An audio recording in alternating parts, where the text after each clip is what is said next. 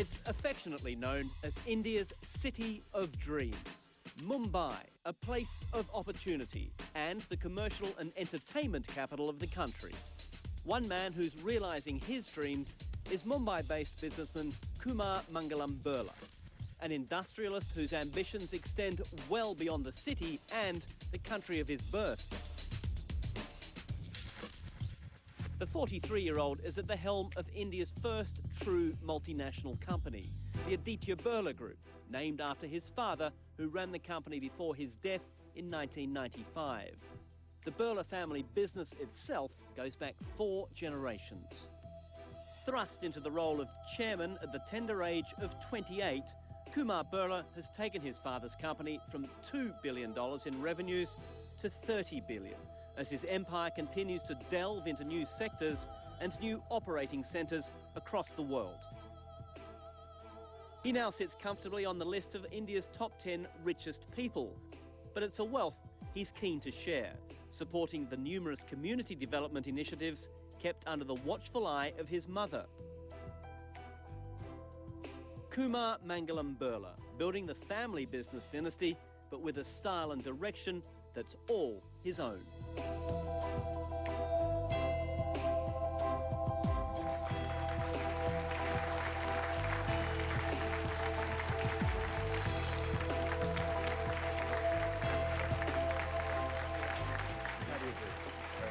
Please. Let's get straight down to a very broad question I'd like to start with. You are the head of an Indian dynasty, a spectacularly well-known Indian dynasty which has done some pretty extraordinary feats of business. What does it feel like to be at the head of all that? That's a good question, and I think that, it's a very proud feeling. One feels very blessed to be born into a family like the Birla family, which is a household name in India, which stands for tradition, is yet contemporary, stands for trust. It's been such an integral part of the creation of modern India in so many different ways. So one feels very blessed. One person I want to focus on immediately is your great-grandfather, G.D. Birla. Quite an extraordinary character. You knew him up to the age of 14 when he passed away. But he was also, and I don't know how many people know this, but he was also a very close confidant of Mahatma Gandhi, wasn't he? That's right, Andrew. He worked very closely with Mahatma Gandhi. He was a confidant of Mahatma Gandhi. He was greatly influenced by his outlook on life. He played a very important role in the freedom movement in India. He was very closely involved with the Indian National Congress. He financially backed several of Gandhi's national movements over a period of 2 decades. So he called his own memoir In the Shadow of the Mahatma. So he was clearly very influenced by Gandhi, his philosophy of life, his philosophy of trusteeship. And that sits well with his own, obviously, sort of interest in business and making money. That's right. I mean, he started his first industry in terms of setting up a manufacturing base in 1920, which I think was a jute mill. And by the time the Second World War came around, he had quite a flourishing business empire. And I think that that put him in a sort of a vantage position to play the role of a mediator between the Indian National Congress and India, so to speak, and the British. And what are your own memories of G.D. Birla? I was very fortunate because I don't think many people get to spend time with their great-grandfathers.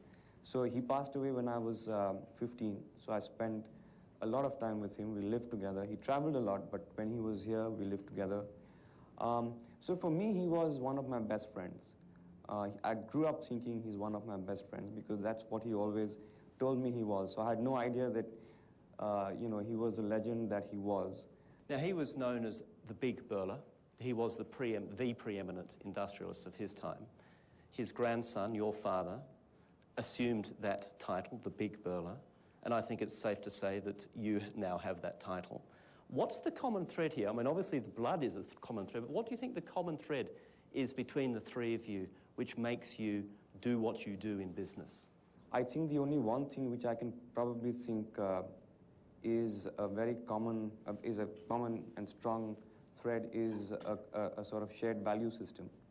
And I think that's a value system. It's based on the trusteeship principle that, you know, a part of the profits that you make get plowed back for the good of society. On the business side, on the development of your father as a businessman, I know that GD was very keen to bring him on board into his own operations. Your father said, no, I'm going to go my own way, and he built his own company, which you have expanded exponentially. Why did he go his own way?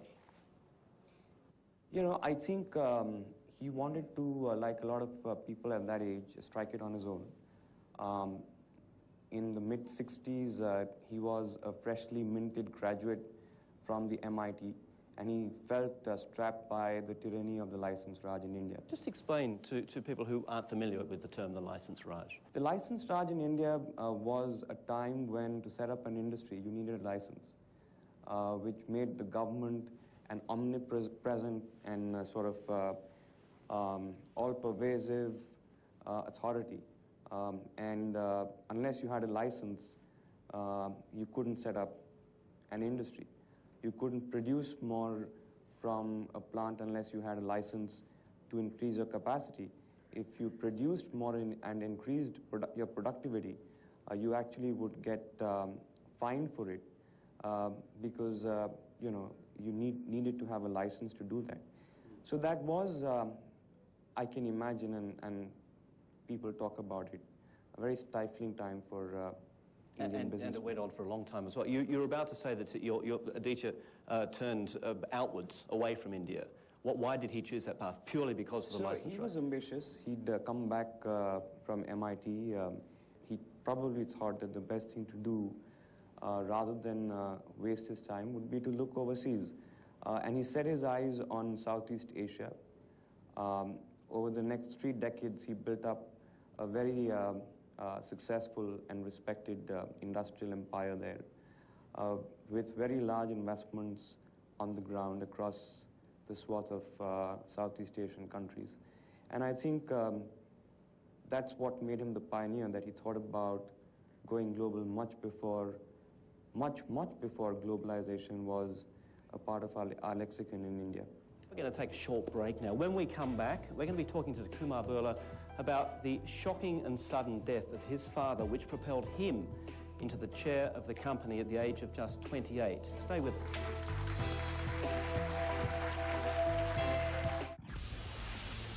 Coming up this weekend on The Best of Backstory, we'll have Fred Plotkin's journey to the rebel-held city of Misrata in Libya. A lot of reporters have tried to get in. Fred actually made it. So we're extremely close to the front line right now. Also to the east of the country, Ben Wiedemann has been with opposition forces there. They seem to be in total disarray. Ben explains what they're doing wrong and why they're taking a pounding from Gaddafi's troops. That's The Best of Backstory this weekend. Backstory, only on CNN.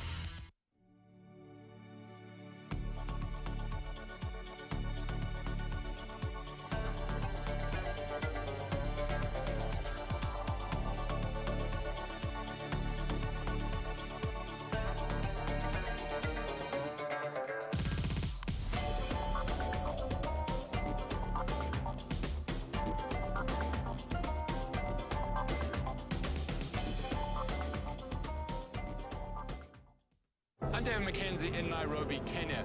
Poverty is one of the major factors for modern-day slavery in this region.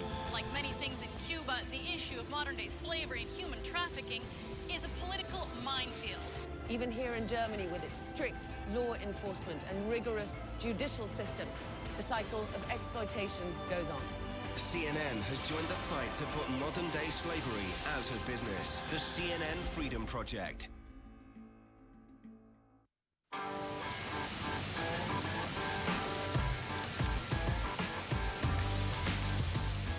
Aluminium cans being crushed and melted down at a Novelis plant in Oswego, New York.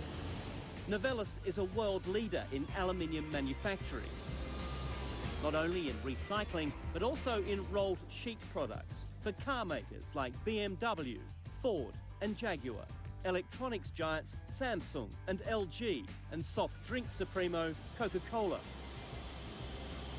With global sales of $8.7 billion last year from its 11 operating centres around the world, Novelis has proven itself a profitable purchase for the Aditya Birla subsidiary Hindalco, which bought the Canadian company in 2007. This is just one of the 20 companies acquired by Kumar Mangalam Birla since taking the helm in 1995 and turning the Aditya Birla Group into one of India's biggest and most profitable business houses. I want to take you back to 1995, which obviously must have been shocking, not for you, just for you, but for your entire family, indeed for the nation in many ways. Your father was at the top of his game, 51 years old. He died suddenly from prostate cancer. You were thrust into the chair, aged 28 years old. So not only did you have to deal with the grief of a child who's lost his father, but also take on enormous responsibilities. Just how difficult was that time for you? So that obviously, Andrew, was a very difficult time emotionally because, he passed away almost, one fine day. Also because of the large responsibility. And at that time, I was pretty much in a fishbowl, as you can imagine. And I was only 28, limited experience, but a lot of exposure, high-quality exposure to the world of business. And at that point in time, the only thought in my mind was to carry forward his work. And I decided that I'd just put my head down, hang in there, and just keep at it. Did you feel you were prepared? I mean, you had an excellent academic record. You were a chartered accountant at a very early age. You'd done an MBA from the London School of Economics. Did you feel ready for the challenge? I think I was much better prepared than most people thought I was because of a couple of things. When you grow up in a business family, I think subconsciously there's a lot of learning that happens. It might just be conversations across the dinner table, for example. The education was a very strong kind of pillar for me, my education. I was a qualified chartered accountant. I'd also worked with my father for almost 7-8 years before he passed away. I had independent charge of a couple of businesses in the group. And I sat with him very closely for his meetings. I kind of shadowed him for almost 3 or 4 years, saw him deal with different business situations. How old were you when you were shadowing him? This is after you'd returned from the London Business School? Before and after, so it's maybe from the time that I was 23 to the time that he actually passed away. You took a company from $2 billion turnover in 1996, because really 1996 was when you started coming to grips with it, to $30 billion this year. What's the secret? Well, I think the secret is the fact that I have a team of very competent, dedicated people who invest intellectually, emotionally. They really are the backbone of the success of the group. You are being modest, I would say. What do you bring to the table? Well, I think the leader has many roles to play. So, one role is that of incubating talent. The other is that of being a strategist. It's a very interesting job I've got. One story I heard, which I thought was very enlightening, about the acquisition of Novelis. You were told, in no uncertain terms, that this was a deal you should walk away from by one of your senior managers. You overruled him, and you were proven right. What did you see that no one else could see?